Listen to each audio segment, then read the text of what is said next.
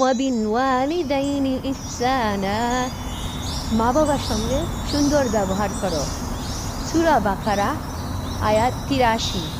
মা বাবার সঙ্গে ভালো ব্যবহার করা।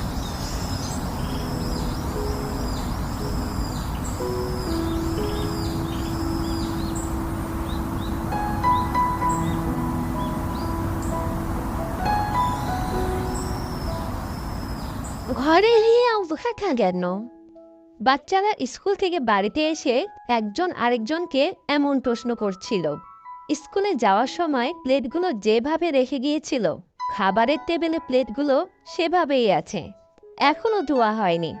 জামা কাপড় খুলে যেভাবে রেখে গিয়েছিল সেভাবেই এখানে সেখানে পড়ে আছে। বাচ্চারা বাড়িতে এসে ঘরের এমন অবস্থা দেখে অস্থির হয়ে পড়ল। স্কুল থেকে বাড়িতে এলে প্রতিদিন তাদের নাকে খাবারের ঘ্রাণ এসে লাগত। আজকে বাড়িতে ঢুকে খাবারের ঘ্রাণ পেল না। তাহলে কি আম্মু অসুস্থ?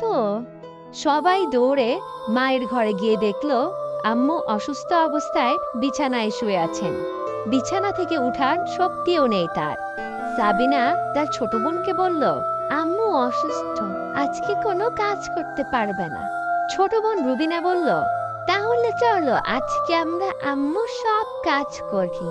সাবিনা বলল, সবার আগে ঘর পরিষ্কার করতে হবে, তারপর রান্না বান্না আমি রান্না করব। দুই বোন মিলে আনন্দের সঙ্গে ঘরের কাজ শুরু করলো। ঘর পরিষ্কার করলো, থালা বাসন ধুয়ে রাখলো, খাবার রান্না করলো, নিজেরা খেলো এবং মাকেও খাওয়ালো।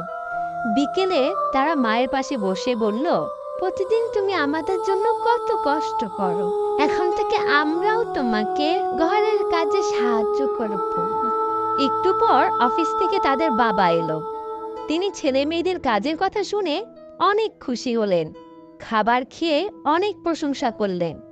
তারপর বললেন, এই কাজের জন্য তোমাদের আজ আইসক্রিম খাওয়াবো।